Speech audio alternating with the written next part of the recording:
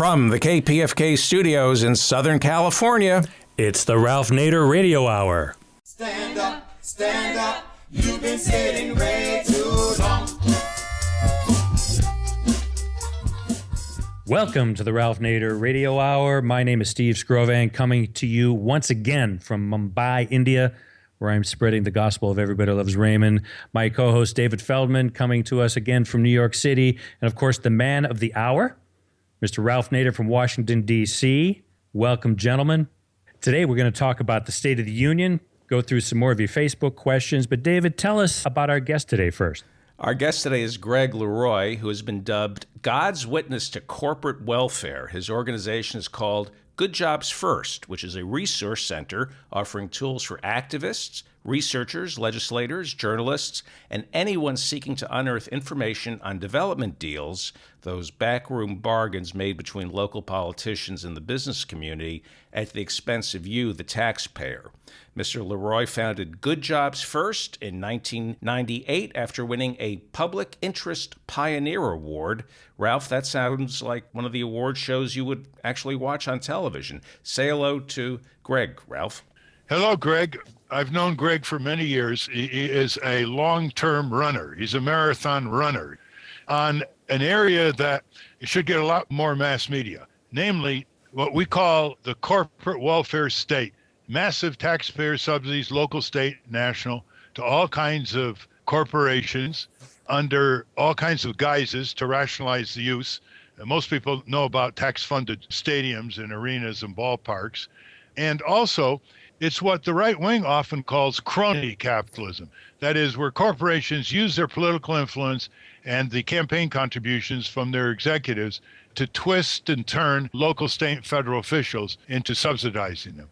So we're going to have a really interesting discussion. I'd like to start, Greg, by asking you to describe the landscape. There have been changes, some reforms we'll talk about later that can spread to other states. But talk about the landscape, the kind of job subsidies that are touted, the amount that's involved per job, the names of companies that have taken advantage of it, all the things that you've done groundbreaking research on in books, articles, and speeches.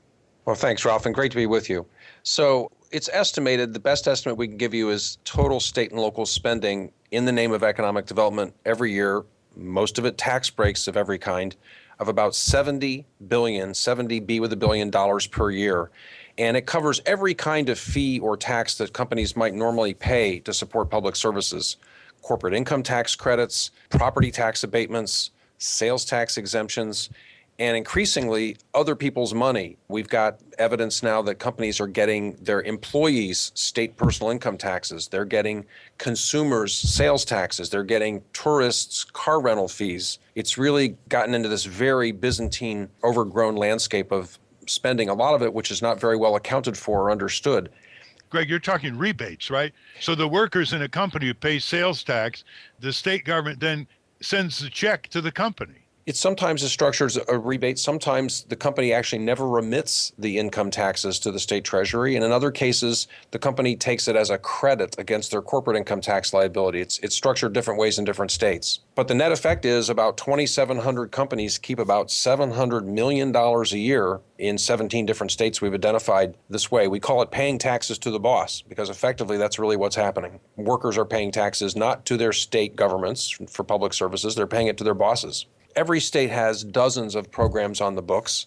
Another kind of subsidy that we're very concerned about, and it's very costly in many places, is called tax increment financing, which is a diversion of local property taxes and sometimes other kinds of taxes as well. Again, companies technically pay a tax, but then it really goes from their front pocket to their back pocket. It doesn't go to public services. It doesn't go to schools or police or fire or sanitation. It goes back to subsidize just redevelopment in certain areas. Chicago has an extremely overgrown TIF situation, for instance. 1 out of every 10 property tax dollars in the city of Chicago gets captured by TIF districts for developers, many of them politically connected, not going to public services like schools. Talk about how states compete for auto plants, for example, and how much they're spending per job, and whether the companies have signed any clawback contracts. In other words, if they promise 3,000 jobs and they get millions of dollars, but they only produce 1,500, some people are saying that the contract should allow a clawback provision so they don't get all the subsidies. Right. So the early history of these incentives, when they really started ramping up, actually back in the 1980s, was about auto plants. In fact, including many of the foreign-owned auto plants that located in the Midwest and in the South after NAFTA took effect. The Diamond Star, Mitsubishi, Honda, Mercedes, BMW deals in the 80s and 90s attracted a lot of attention because they were the first deals that were coming in at more than $100,000 per job, sometimes approaching $250 million in total value for some of those packages.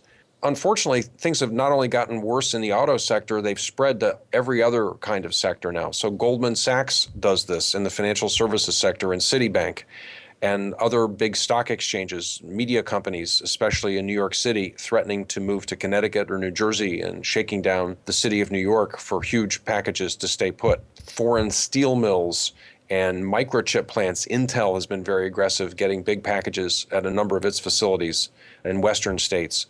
Walmart gets subsidies for nearly all of its warehouses and many of its stores, we've figured out. And many other retailers, Cabela's, Bass Pro, the big outdoor sporting good chains, very aggressive about getting subsidies for both their warehouses and their stores. So it's really spread to everywhere. You know, you mentioned Walmart. You know, Walmart has a system where they advise underpaid workers how to go on public assistance, like Medicaid, housing assistance, etc.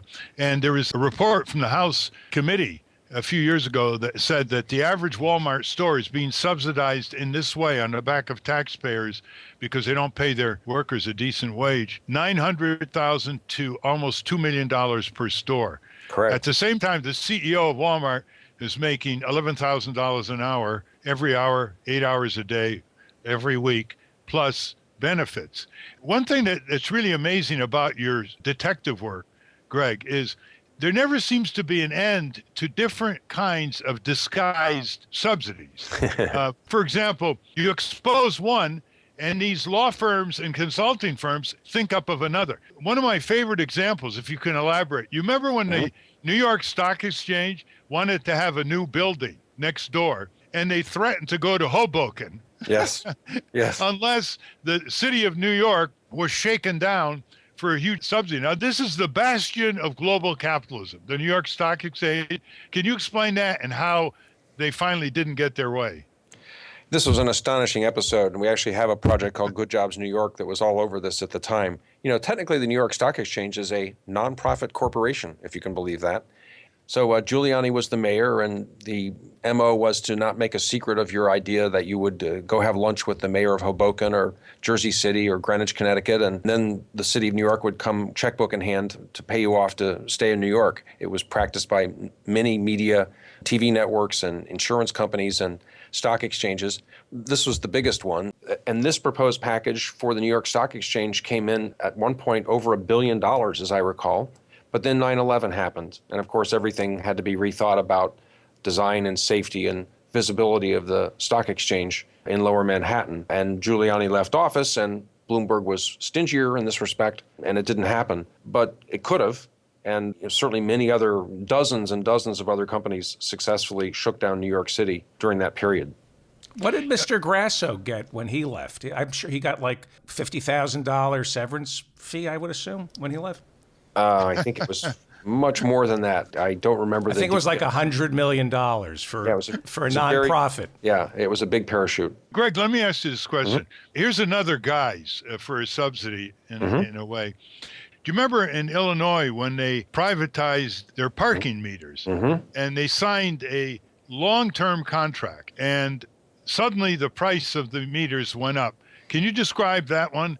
That's sort of a privatization or corporatization, but a huge subsidy for these contractors. Yeah, so during the Richard M. Daley administration, the city, as a one-time budget fix during the recession when they were hurting for revenue, did a quick scheme with a consortium of financial interests to lease their meters, all their parking meters in the city, for 75 years, I believe the term is, for a one-time cash payment. But that then gave control of the meters to the bankers, to the people who had bought the lease. And that meant that rates went up, enforcement could be very aggressive, and perversely, for instance, if the city had to block off a street because of construction or a film being made or a neighborhood block party happening, the city would have to make up the revenue that was lost for the meters during the time the street wasn't available for parking. It has caused enormous resentment and was, I think, one of the real dark spots of the daily years presiding over Chicago. Well, it's continuing because there's a wonderful article in the current issue of In These Times, February 2015, just out, called How to Sell Off a City. Welcome to Mayor Rahm Emanuel's Chicago, the privatized metropolis of the future. And it's by Rick Perlstein, and that elaborates it.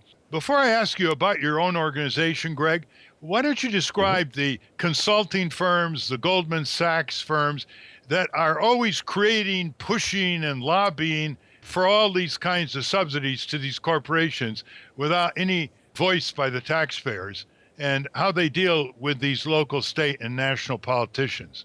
Great. So this is really a history lesson. There's an obscure corporation called the Fantas Company, originally Fantas Factory Locating Service, based in New York City, born in 1937, which really created the site location consulting industry in the United States. Today, there are hundreds of firms doing this. The barriers to entry plummeted with the internet. But the history and the protocol and the dynamics that were created by Fantas, especially in post-war America, are with us today.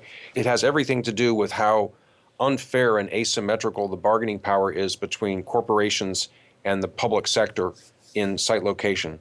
So when companies decide that they want to expand or locate somewhere and they hire one of these site location consultants, there's a secret process, a secret vetting process that occurs in which numerous locations are compared by the site location consultant, and a short list is developed, a finalist list of 3, 5, 7 locations, whatever, that are going to be seriously considered at the end of the process. The variables that drive all that are the business basics: proximity to adequate supply of labor, proximity to customers and suppliers, proximity to key inputs, whatever those are for the company's product or service. And then only at the end of that process, when it's down to the short list, the consultant will knock on the door of the city or the county and say, I have a company, I'm not even going to name the company for you, but we're going to maybe create 300 jobs in your community. What have you got for us?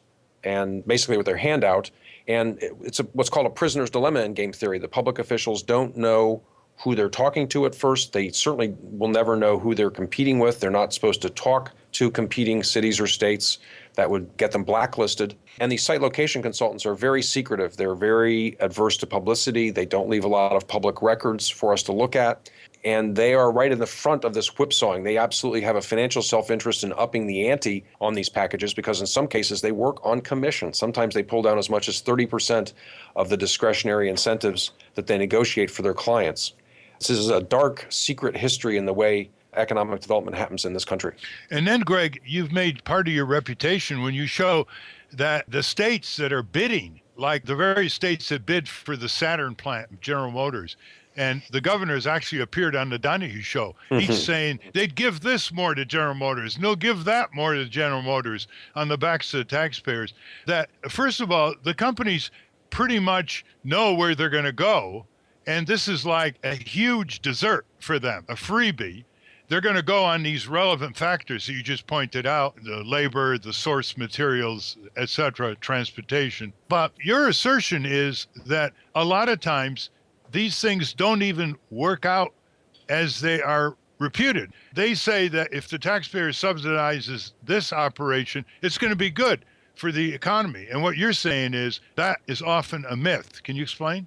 Well, there's just so many deals that haven't panned out. I mean, a good example is the costliest deal in the history of the state of North Carolina. It was rushed through in a special one-day session of the state legislature for Dell Computer to locate an assembly facility in Winston-Salem back in 2004.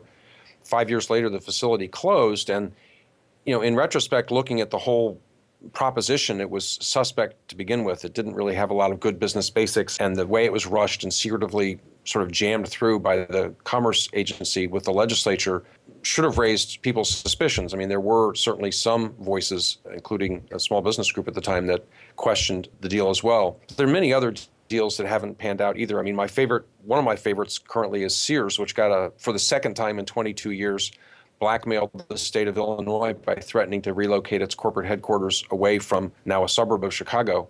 The deal they got from the state allows the company to lay off more than 1,000 people and still keep getting a big subsidy package that over time could be worth more than $250 million. There's lots of bitterness about auto plant runaway shops like Ypsilanti Township with General Motors, a plant that ran away to Texas long ago, and lots of other shortfalls. I mean, if you look at, Bass Pro and Cabela's have had some shortfalls in certain packages. The over time maintaining employment at high-tech facilities like microchip plants or server farms, which are very highly automated and very capital intensive, has sometimes been an issue in places. So now, what about Boeing? Boeing seems to be one of the most successful shakedown artists, especially on state income and sales taxes. You want to explain that? Sure. So Boeing has done it 3 times, and they've done it in a very unusual way. Most of the times, these competitions are conducted secretly, managed by these site location consultants. For whatever reason, I don't know why, Boeing has 3 times conducted their auctions publicly. In 2003 for the 787 Dreamliner, for 2005 for their headquarters that moved from Seattle to Chicago, and then again about a year ago for the 777, the next generation of lightweight long-distance jets. In both cases, in 2003 and again last year, for the product lines, they conducted multi-state competitions that had between 22, 23 states competing for each deal. And Washington State won, and I put that word in quotes, the competition with a huge package in 2003 of about $3 billion and a package last year of about $8.7 billion. That covers Boeing and its suppliers as well. But the frustration for Washington policymakers is that even after they gave the big package for the 787, the company later set up a duplicate production line in South Carolina. And now, in the wake of what they thought was an airtight deal for the 777 jobs, the company has announced they're moving a bunch of technical jobs and engineering jobs out of Puget Sound that weren't technically covered by the package for the 777 production. So I think there's a feeling among some people there that Boeing's kind of this whack-a-mole that they're having trouble nailing down. And yes, they are the all-time, especially with this big deal last year, the $8.7 billion deal, they are the all-time biggest subsidy getter. Greg, before we go on to the next subject, describe your organization. How large is it? Who do you work with in the academic world, for example? How do you get your word out? Things like that. And give the website so the listeners can contact your website and get more information. Great, and sign up for our emails. So it's goodjobsfirst.org. That's all one word, and first is spelled out. We're a small organization. We have about 7 staff people and 1 person in New York for our Good Jobs New York project. Phil Matera, our research director, may be known to some of your listeners because he's been a longtime activist on corporate accountability with his blog, thedirtdiggersdigest.org, as well as the Corporate Research Project, which is a project of Good Jobs First here as well. We work with anybody who wants to fix these things at the state level, and that usually means progressive tax and budget advocates, labor unions, good government groups, common cause chapters, public interest research groups, state labor federations, any kind of transparency advocates. There's certainly, as you alluded to in the intro, some left-right common ground. There have been some conservative think tanks in some states that have had some very good critiques of these issues and even litigated in the case of Arizona against dumb retail subsidies successfully. So we get the word out through our blog, through our email blast. We use a lot of social media when we release our studies. We have a big email list. A lot of people sign up on our website for our emails. We don't send very often. We only send about 3 times a month when we really have something to say. And last year we got about 2,000 media citations. So we apparently are punching above our weight in terms of getting the word out and letting people know what we're doing. It is spreading, this left-right support against crony capitalism or corporate welfare. That ought to help you. I see it in Congress. I see it in some state legislatures. A descendant of Barry Goldwater, I think, was involved in that Arizona one, wasn't he? It's called the Goldwater Institute. I'm not sure what the tie is to the family. Yeah. So I think you're on an upward curve here. There's a lot of revulsion against taxpayer-funded sports facilities. Can you briefly describe what's going on there? Sure, and sports stadiums are not an area that we've chosen to focus on simply because there's been such a long-standing left-right consensus in the scholarship that stadiums are not economic development. You and I do not have more time or money to recreate simply because we have another place to go recreate and drink beer and watch a game or whatever. And we'd certainly always recommend people's looking at the field of schemes sports.com website run by a sports journalist named Neil DeMoss, who's a great watchdog on these issues and has been tracking them for a long time. They are very controversial, and in those few occasions where they've actually been put to a taxpayer vote, they've been most often voted down, and we think that's a good thing, that they should be democratically approved like any other big deal. It's a lot of money and a lot of overcapacity and, frankly, a lot of enrichment to sports franchise owners. People don't realize it, but George W. Bush's probably the single largest event that created the most personal wealth for him was his small ownership stake in the Texas Rangers at the time that they got a big subsidy package for the redevelopment of the footprint around their stadium in Arlington, Texas, a tax break, a local sales tax break that he campaigned for. Now, just so we don't worry the listeners too much about possibility of doing something about this, not only is there a left-right alliance, but you have proposed a lot of changes, starting with disclosure of the subsidy laws in Illinois and elsewhere. Do you want to give a panorama of the fight back process in a number of areas? Yeah, we're absolutely making progress on this issue, Ralph. And I think our campaign is very much informed by other right-to-know campaigns historically, whether it's the Home Mortgage Disclosure Act against redlining or the Right-to-Know Toxics Release Inventory campaign and workplace safety and environmental justice campaigns. So we've been campaigning forever for states to disclose company-specific data online about who's getting the money and what's happening to the deals. And we started grading the states on that, frankly, back in 2007.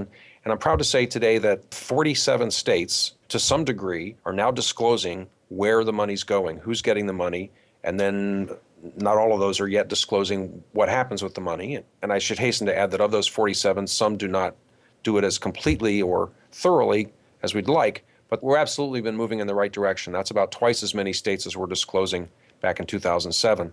Are they disclosing the contracts, the subsidy contracts, full text? Often. Sometimes they are disclosing the contracts. I mean, and in our subsidy tracker database, when any state discloses that data, we capture it and put it in a big searchable database on the front page of our website called Subsidy Tracker, kind of a Dick Tracy logo you'll see there on the front page.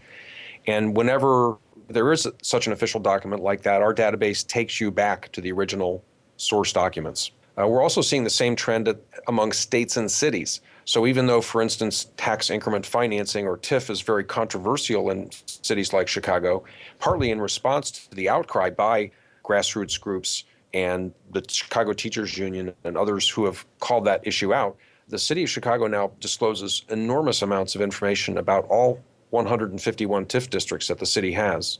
The other big breakthrough that just happened in the last few months, sort of out of the blue for us, there's an obscure organization called GASB, or the Governmental Accounting Standards Board. It's the group that sets forth what's called Generally Accepted Accounting Principles, or GAAP, for state and local governments. It's the sister of FASB, the group that does the same GAAP standards for the private sector, including publicly traded companies. But these GASB rules, which are now open for comment, and the comment period is going to close a week from Friday on January 30, and we've been very busy helping people alert them to their self-interest about filing comments on this. The GASB standards will, for the first time, when they take effect in a couple of years, require state and local governments to report how much revenue they're losing to these economic development tax breaks. And this is huge news because the vast majority of states do not have any kind of uniform standards for reporting this data. That $70 billion figure I gave you at the top of the show is just an estimate. It's a smart, educated guess by a guy who's a dogged scholar, but he had to extrapolate and guess most states' data because it doesn't exist yet. And are there any rollbacks? You find that the curve is turning. Is the curve bending in any way after all this disclosure and investigation? We're also finding more states using clawbacks, and I'm sorry I didn't answer that question better when you asked it before. So we're seeing more states that structure the programs, either structure them up front in ways that deny the subsidies to companies until they perform what they're supposed to do, hire people, invest capital, whatever the deal is, or have clawbacks, that is money-back guarantee language saying that we'll give you a couple of years or whatever to achieve your goals, and if you don't get there by then, you'll get penalized. You may owe money back. We may rescind the deal. We may rewrite the deal to reflect whatever shortfall happened. We think that's a good thing. We also see more places attaching wage and healthcare standards and full-time hour requirements to make sure the jobs are good and don't have those hidden taxpayer costs like those Walmart jobs you were talking about before. Any state legislative hearings, any congressional hearings, any commissions? In other words, all the work you're doing and others, is it translating into a probe culture by officialdom? Or are they still on the take? I can't point to any imminent hearings this year, but we certainly think this issue will be in play in a number of states. We think that the whole debate around the new GASB standards will be good. Once those standards take place, we certainly hope that the states will then debate laws that would have the treasurers collect the local data under the GASB rules so that more people could see the data more quickly from all the different cities and counties and school boards and special districts. There haven't been any federal moves on this issue since that Cuno Supreme Court case back in 2005, 2006, the Cuno v. Daimler Chrysler case that came out of Toledo, Ohio. And I don't know of any other action on the federal front. Yeah, Ralph, I have a question for Ralph about that, because Attorney General Eric Holder acted unilaterally regarding civil asset forfeiture, making it harder for local police and states to seize property. Is there anything the IRS could do to help these cities acting unilaterally? You had talked on the show about Pat Moynihan's proposal years ago. Yeah, you remember that, Greg? Senator Moynihan basically had a proposal where if the states gave a subsidy like to stadiums, they'd have to pay a price in terms of less help from the federal government. You remember that one? I don't, but I like the idea. I mean, my variation of that idea is really modeled on how the federal government got the states to raise the drinking ages to 21 by holding back 10% of their highway trust fund monies until they did so. I think we could apply the same model to, say, HUD block grant monies or something like that, whereby, and we could tamp down this piracy. This interstate job piracy is another thing we've been very hot on, and we called Rick Perry out for it in the fall of 2013 because he took it to a new partisan height. He was actively pirating jobs from states with Democratic governors. He did it 6 times in a row. He was issuing misleading disclaimers about where the money was coming from to conduct the raid trips.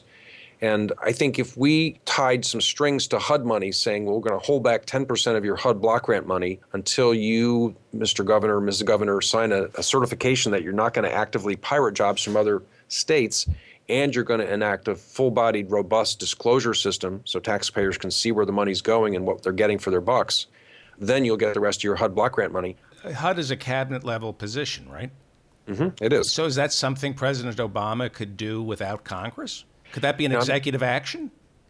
It might be. I mean, there certainly are discretionary holdback pots of money that the HUD secretary controls and typically uses for competitive purposes and things like that. Now, let me ask you 2 quick questions. One is, have any major candidates at the congressional level or, gubernatorial made this issue of job subsidies, corporate welfare, crony capitalism, an electoral issue? Have they said they're running on a reform platform? This is outrageous. I haven't seen any. Have you? It happens occasionally. So about 8 years ago, a guy named Mark Funkhauser, who was then the comptroller of the city of Kansas City, got all upset about the ruinous spending for TIF districts that the city had gotten itself into, and he actually ran successfully for mayor on a TIF reform platform. Mark is now the publisher of Governing Magazine here in Washington. Oh, that's interesting. And then you see it on the right. Bruce Rauner, the very conservative Republican, about to take office, I think, in Illinois, who defeated Pat Quinn there, ran against what he called corporate welfare that Quinn had been giving to companies like Sears. That's interesting, because that's another road sign as to whether the momentum is building. The second question is, do you get a sense that foundations are going to start funding more activity in this area?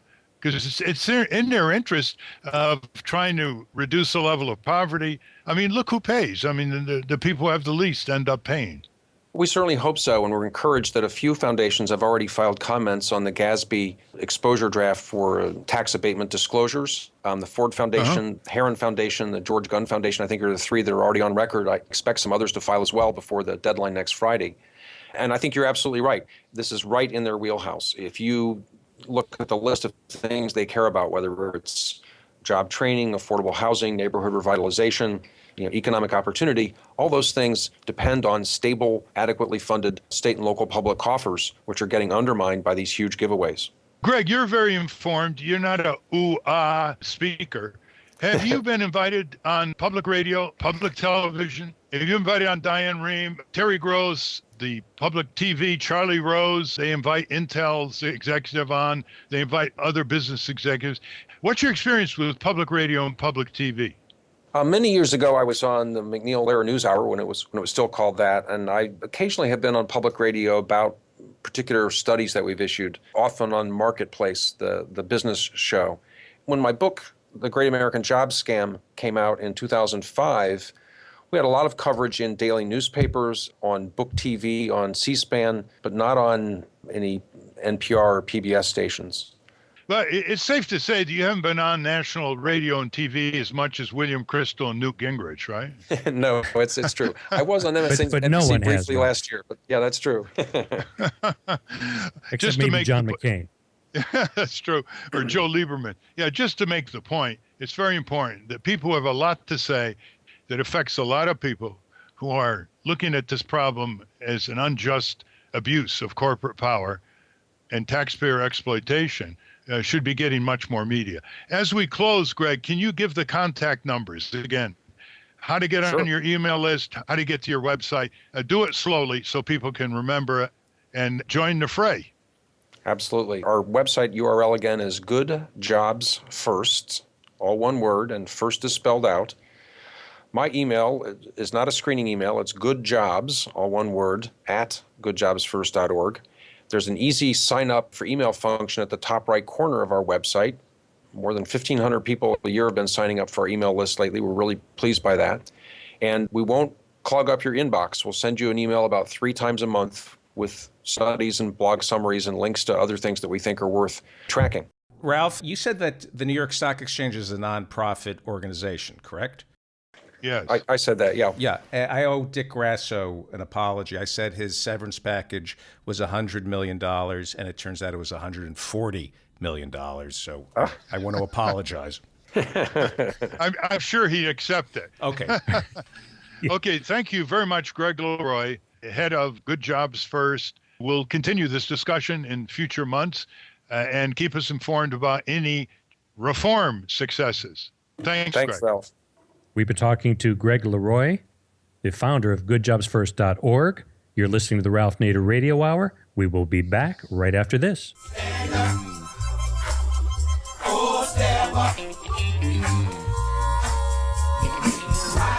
From Pacifica, you're listening to the Ralph Nader Radio Hour, www.nader.org.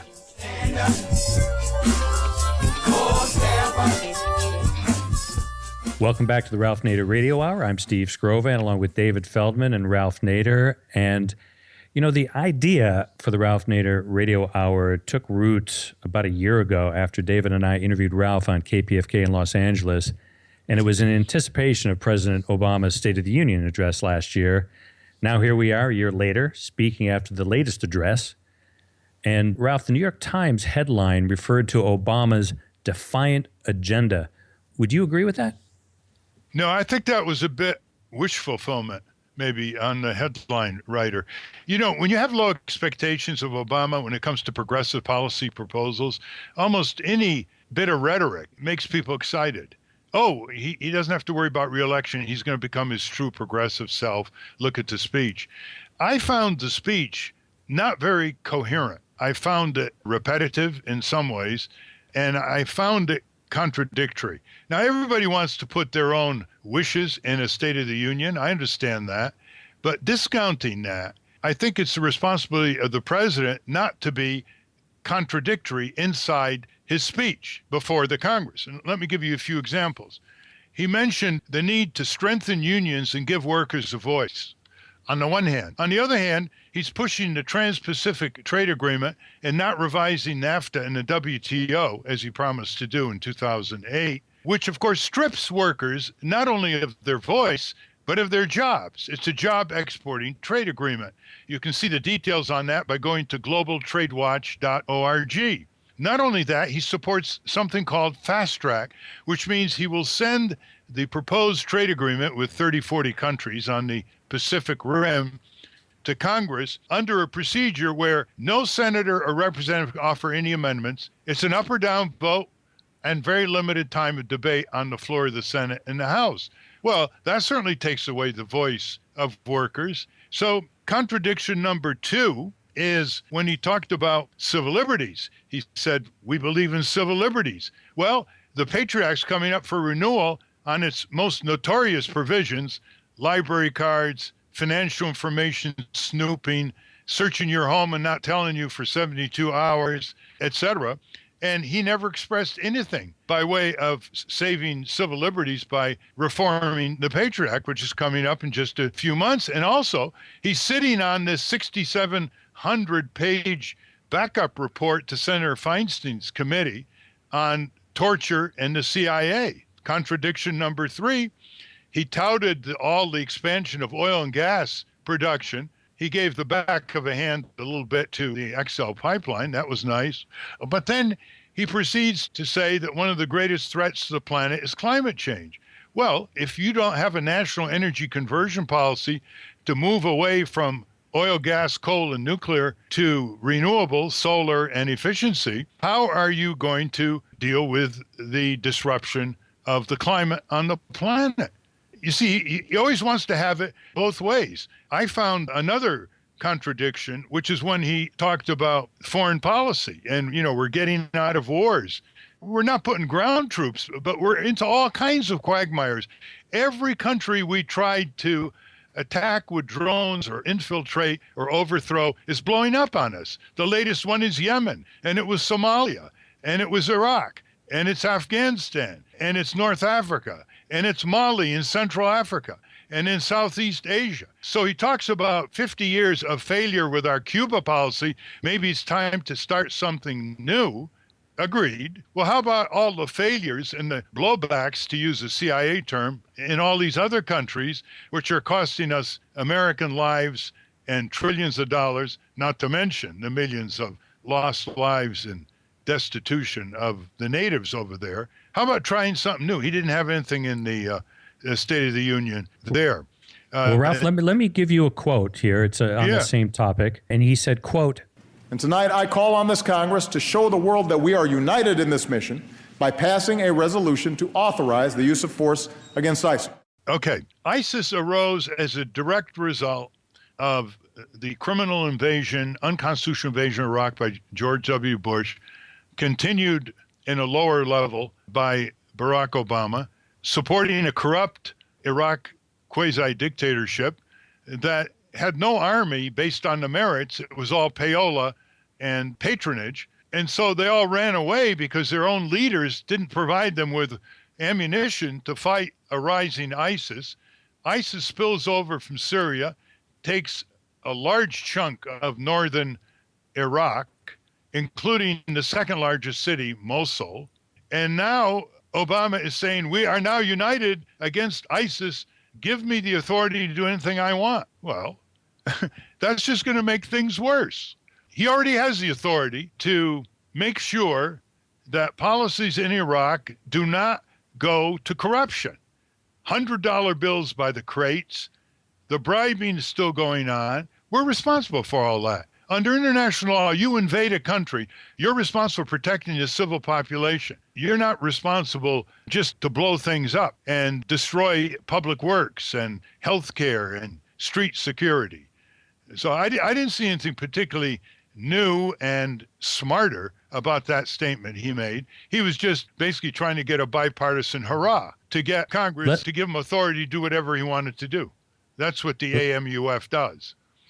Let me give you another topic here. He talked about corporate taxes, one of your favorite subjects, and he said, "Let's close loopholes so we stop rewarding companies that keep profits abroad and reward those that invest here in America." Well, to be fair to him, the White House issues a fact sheet which gives out more details on his tax reform.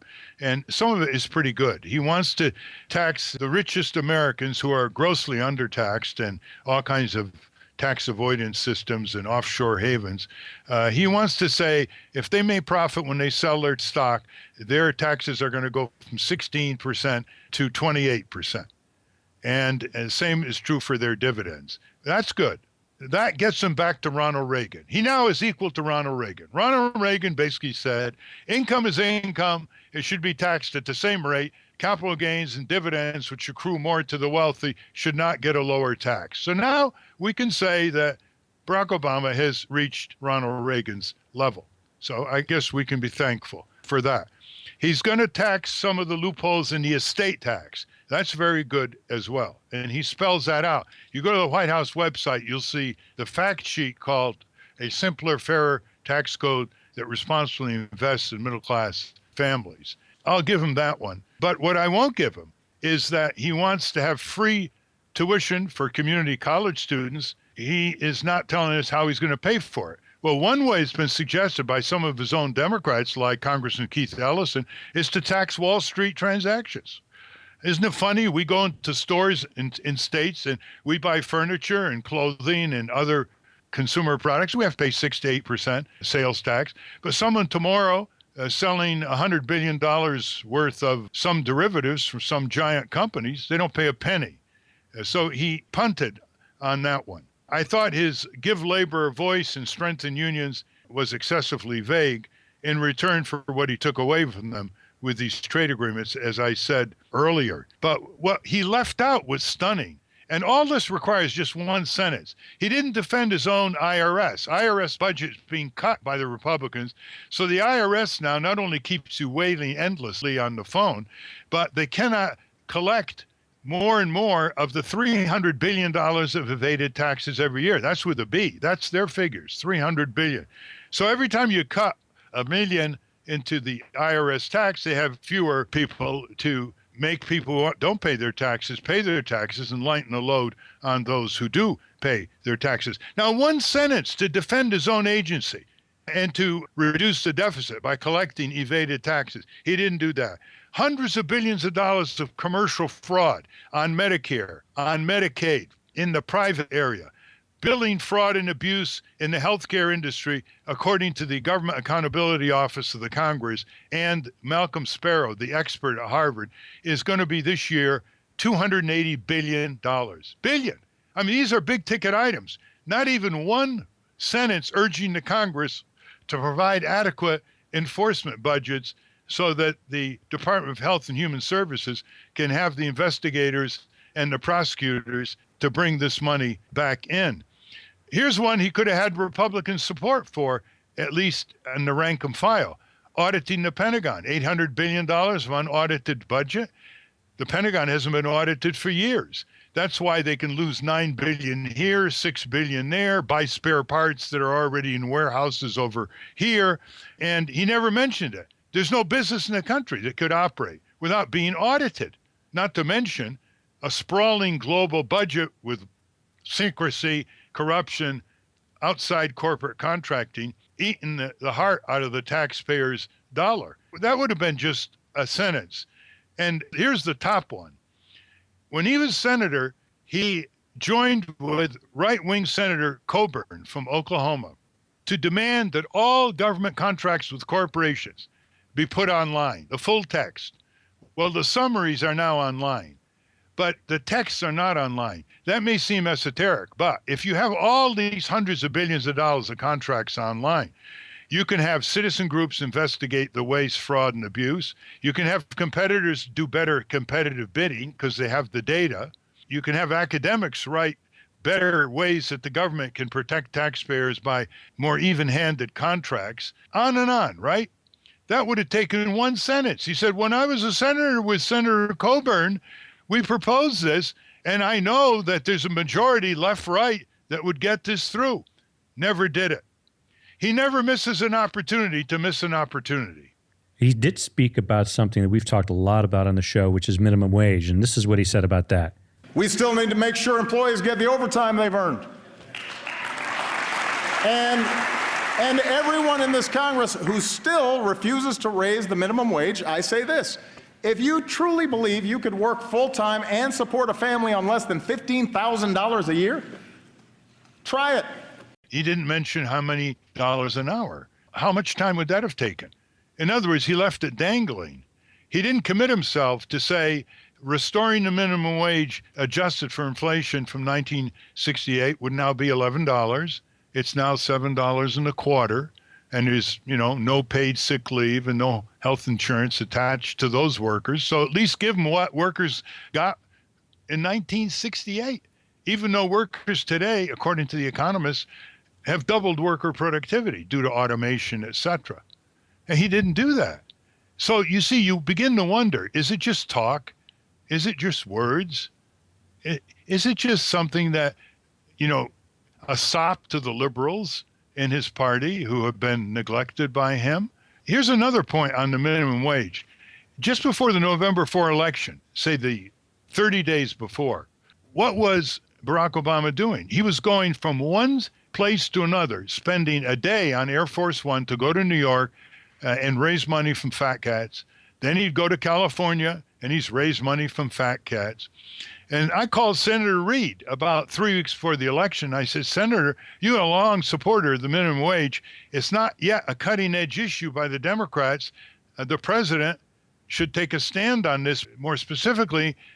And he said, yes, only the president can barnstorm this issue around the country and nationalize the minimum wage issue so it can really be a difference with the Republican candidates and incumbents who are against any minimum wage increase. This is a good idea. I'm going to call the White House on this. Didn't work. So, you wonder. He said in 2008 campaigning against Hillary, he said there should be a $9.50 an hour minimum wage by 2011. He never said or did anything in the next 4 years. So State of the Union messages are presentations that signal things. They signal things by what the president says, by how vaguely or specifically he says it, and by what he doesn't mention, what he leaves out. That's, I think, a fair way to provide a framework to analyze a State of the Union message. In your analysis, it's not going to include the visuals, the heroes that he introduced, how it's going to affect the 2016 campaign. You're going to leave all that important stuff out. Well, you can say he spent more time on the Minnesota couple than he spent on corporate power abuses. Mm-hmm. Define them as you will. Corporate subsidies, corporate tax evasions, corporate crimes, corporate corruption of government, corporate campaign abuses. It's very imbalanced. I think what it is he's talking not to the Congress. He's talking to the American people whose expectation levels are an all-time low as to what they expect and demand of politicians. That makes them very vulnerable to this kind of rhetoric and these kinds of vignettes. The whole theater of it fascinates me because you see John Boehner sitting behind him, and they must have some briefing session where they go, okay, you're going to stand on this one. You're going to clap heartily on this one. You're going to kind of give a half-hearted clap on this one. They must do that because... Yeah, but the only time when you don't have to coach a joint session of Congress for standing ovations is when the Prime Minister of Israel is speaking.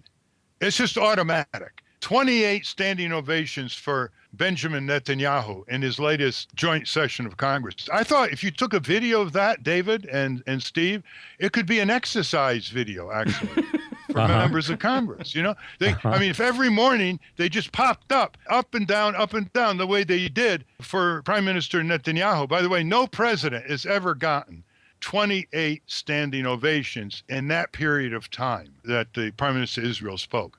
But it would be a great exercise video. What do you think? Yeah, I think, I was raised Catholic and we didn't even get up and down that much. I mean, good heavens. 28 up and downs in the morning, every morning, they can have the video right there. You could do that. Yeah. Jane Fonda would lead that. So why don't we take some listener questions? W.C. Hewling writes, I constantly hear from global warming deniers that it is too costly to go green. How do we make it less expensive without having to argue that it will cost us more in the long run if we do not, as they will never understand that? It's too costly not to go green. For example, going green means more efficient motor vehicles, lighting, heating, air conditioning, engine fuel utilization. Okay, so you burn less energy, you generate less pollution, you generate less greenhouse gases, global warming. There have been studies by Amory Lovins, Professor Robert Poland, University of Massachusetts in Amherst, by the way, on the details of a green economy. And it comes up more efficient than the fossil fuel destructive economy we're now based on and nuclear power. I mean, it isn't even close. A green economy means recycling. That's more efficient than not recycling for the consumer, and the taxpayer has to pick up the debris. It means more productivity from a BTU of solar wind power or solar energy. All this is amazing that it's not taught in our schools starting in the elementary school, although there's some classes that do that around the country. Going green means going efficient.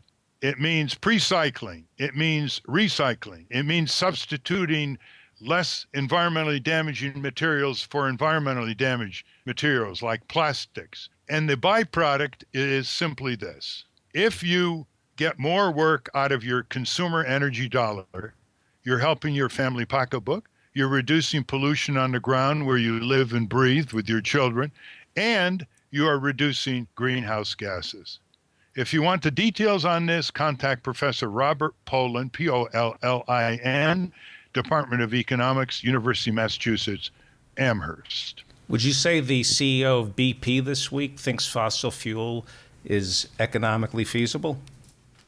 Oh, he's starting to hurt because the price of fuel is going down. And the fines from the Clean Water Act. Yeah, I guess he wants it indexed. He wants the fines for their pollution of the Gulf of Mexico and all the destruction of aquatic life, beach life, and fisherman life.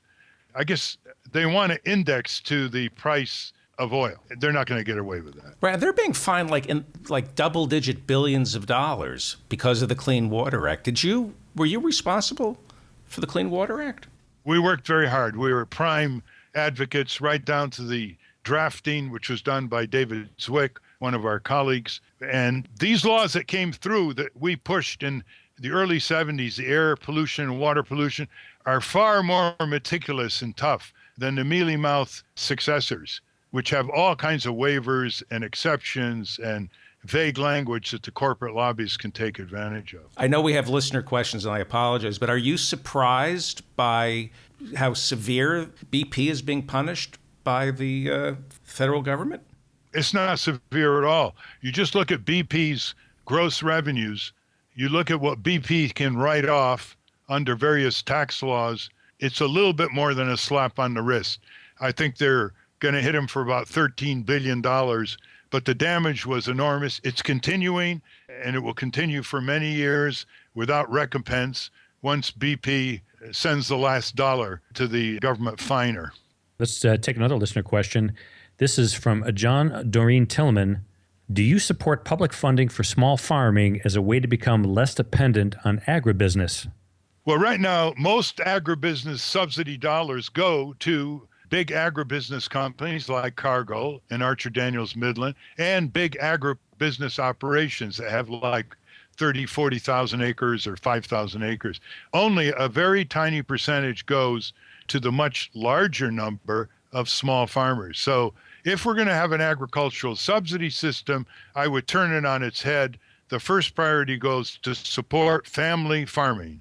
And I've been a strong supporter for family farming. I helped start a group called Organization for Competitive Markets, which is a family farm preservation that takes out after giant monopolistic suppliers of seed and fertilizer that crunch small farmers and giant buyers of small farm produce that bring the price down that are paid to small farmers. So they're bookended by two giant oligopolies that they're fighting against. Organization for Competitive Markets.org. This question is from Aaron Rosier. Ralph, what is your opinion on compulsory military service at birth for all Americans? What do you think of babies serving in the military? Well, yeah, I don't think that's what he means. I think it's too young. I mean, 10 months. I know what you mean, Aaron. I favor a 2-year mandatory public service. Now, this is a left-right issue. There are some Jack Kemp, for example, supported. So you do community service. I mean, it's like a domestic Peace Corps. You do community service. You learn skills. We don't have enough jobs in the military, so everybody who reaches 18 is going to be drafted. If you do men and women, that's 3 million. I mean, fortunately, with automation, they don't need that many soldiers. However, a volunteer army breeds bad things. It's one of the mistakes I made years ago when I supported it after Vietnam. First of all, it breeds disengagement by 95% of the people from our wars overseas because they have no stake. They have no family members serving. It's only about 5% of the people that have a stake. And so if you're not part of the risk, you're not going to be part of the solution or the prevention of wars of choice or criminal wars of aggression, number one. Number two, it produces too much awe. When you're in the Army, you're not awed. But now we have people running around saying to soldiers who are wearing uniforms on city streets, thank you for your service.